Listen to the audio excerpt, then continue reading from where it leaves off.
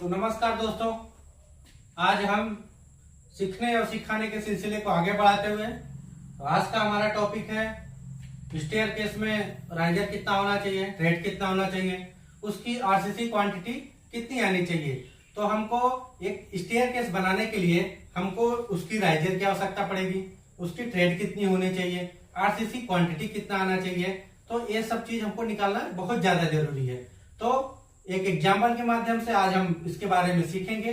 तो हमारा टॉपिक का नाम है how to calculate the number of steps, riser and tread and RCC quantity है।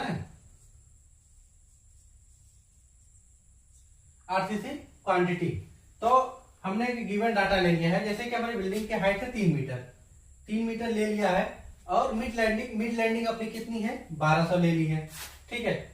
और लैंडिंग की थिकनेस क्या है, भराई की आरसीसी की 100 mm ले ली है। और राइजर क्या है, राइजर 150 mm हो गया।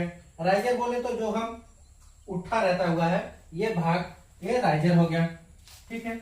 और ट्रेड की विड्थ कितनी है 300 mm ले ली हमने।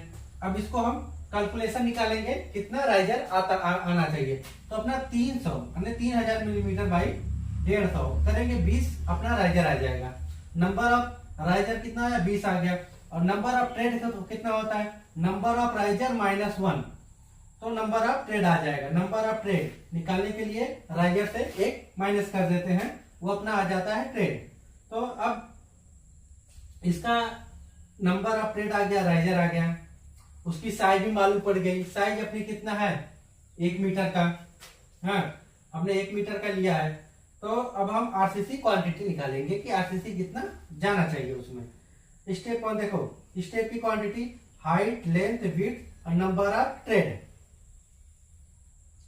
हमारी सीढ़ी की चौड़ाई कितनी है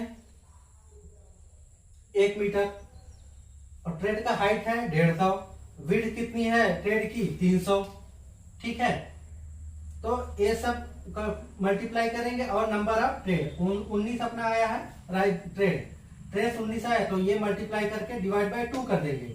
डिवाइड बाय 2 करेंगे तो आ जाएगा 0.215। 2 कैसे करेंगे, जैसे कि ये हमने एक एग्जांपल ले लिया है, यहाँ पे एक स्क्वायर के माध्यम 300 बाई 150 का एक स्क्वायर बनाएंगे तो मल्टीप्लाई करेंगे तो क्वांटिटी ज्यादा आएगी।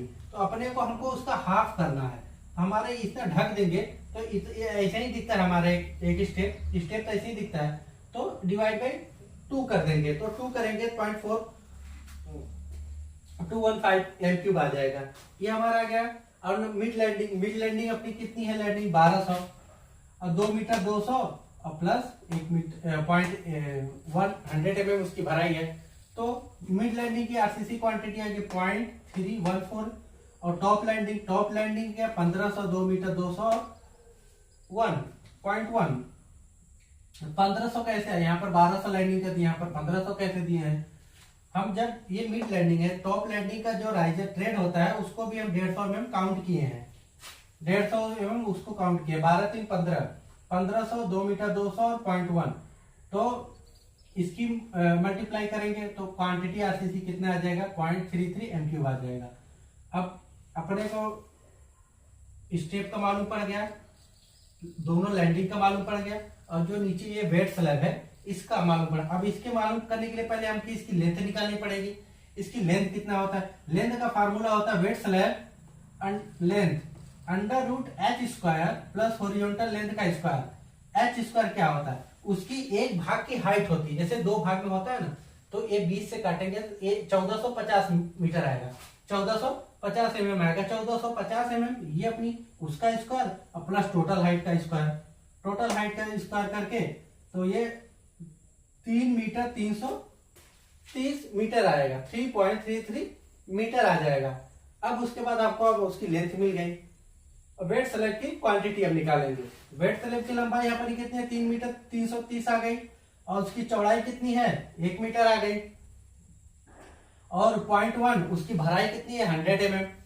तो दोनों को मल्टीप्लाई 0.33 इंटू 2, क्योंकि हमने दो निकालना है, 2 वेट स्लैब निकाले इंटू 2 करेंगे 0.66 m³ आएगा अपना वेट स्लैब की आरसीसी क्वांटिटी। और टोटल क्वांटिटी हम निकाल लेंगे, जैसे यहाँ पर स्टेप का निकाल दिए, मिड लैंडिंग का, टॉप लैंडिंग का और वेट स्लैब का निकाल दिए। तो 1.725 MQ अपनी आरसीसी की क्वांटिटी आ जाएगी।